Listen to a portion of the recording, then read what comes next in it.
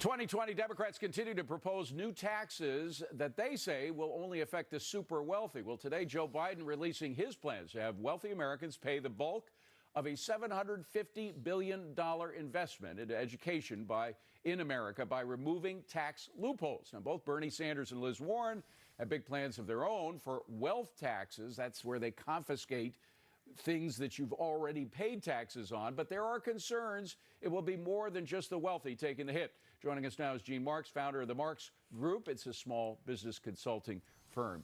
Gene, you wrote an op-ed for The Hill titled "Why Small Business Owners Should Fear the Sanders and Warren Tax Plan." Can you explain why they should fear it more than the billionaires? Yeah, sure. First of all, can we go back to talk about Ellen? Because No, we don't want to resurrect that. Let's keep it on wealth take. All right. Let's talk taxes. Let's talk taxes. Yeah, both Sanders and Warren are proposing tax plans. They're going to be taxing what they call the wealthy. And, Elizabeth Warren wants to go after assets, which is kind of a new thing in the tax law because now she wants to use a percentage of however many assets that a person has, starting at $50 million. Bernie Sanders wants to sort of attack corporations.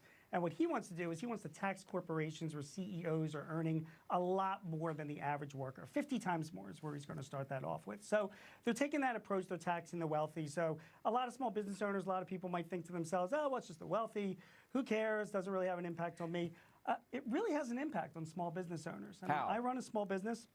Well, I'll tell you, small businesses themselves are a reflection, David, of big businesses. When I go to my clients and they are operating their businesses, whether they have 10 employees or 100 employees, they're the 1% of that business. They are the ones that are earning the highest salaries. They're the ones most likely with the nicer cars. They're the ones with vacations that they take or they take time off during the day. They're sort of the 1%ers that the Warren and the Sanders plans are kind of going after. Mm-hmm. Now, though they wouldn't be affected by the actual financial impact of their plans, the psychological impact is pretty significant. Okay. And the reason why it's significant is because a lot of the workers at a lot of these companies, they look at the CEOs of their businesses, regardless of the size, and they sort of put them into that perspective.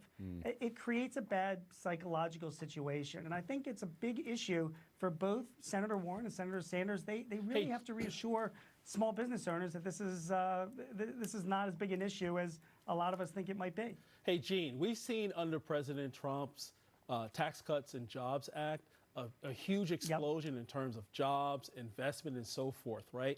So, like you had mentioned, if these tax plans to fund all these welfare programs is passed, that will actually have a catastrophic impact in terms of investment. Do you see a flight in terms of capital leaving the U.S.? And we've seen a lot of examples, even right here in New York, where Carl Icahn is moving down to Florida. So what's your take on that? Here's the thing that a lot of people don't understand about big businesses and the wealthy. Small businesses rely on these people for their livelihoods. It is not just large corporations. And by the way, some of my best clients are large companies that are the ones that pay my bills to do services.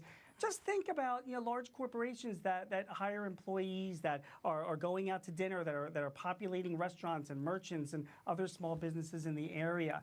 Now, when there's these taxes that come along that are taxing corporations at this kind of draconian level, or even individuals, it takes wealth away from these people. It draws back on their investments, and it makes capital go away. And that not only impacts the overall economy and their own companies, but it has this other impact on the small businesses that serve them. Carol? Hey, Jane, it's Carol Roth. In terms of the actual numbers as well, when you think about a small business owner, so much of their wealth is tied up in the ownership of the business. So now you could have Warren or Sanders come in and say, well, your business is worth $20 million. And guess what? A small business owner is not going to have liquid capital to pay that. The same thing when they go to sell their business. Maybe they've been taking a $70,000 salary, but now their business is worth $20 million they've built up over 30 years, and they're going to have to pay something there. I mean, isn't that a tangible impact for small business as well? It's possible, but I have to tell you something. It would be like political suicide, Carol, for Sanders and Warren to come after small businesses in that way, mainly because, I mean, as you know, there's like 30 million small businesses in this country. I mean, it is a big voting bloc. And, you know, the media and general sentiment supports the average entrepreneur and the small business. So it would really be a tough decision to do that. However, to your point, the fact that Warren particularly is taxing assets, that is a bad precedent to start. I mean, we are an income tax basis country, and once you have the government starting to tax assets, where does that end? And does that come and trickle down to small companies sometime in the future? Right. It really could. Well, it may not be constitutional. That's even some Democrats are saying that. Also Gene, true. good to see you. Thank you very much for being here. Fortnite Thanks, guys. fury. Parents suing the makers of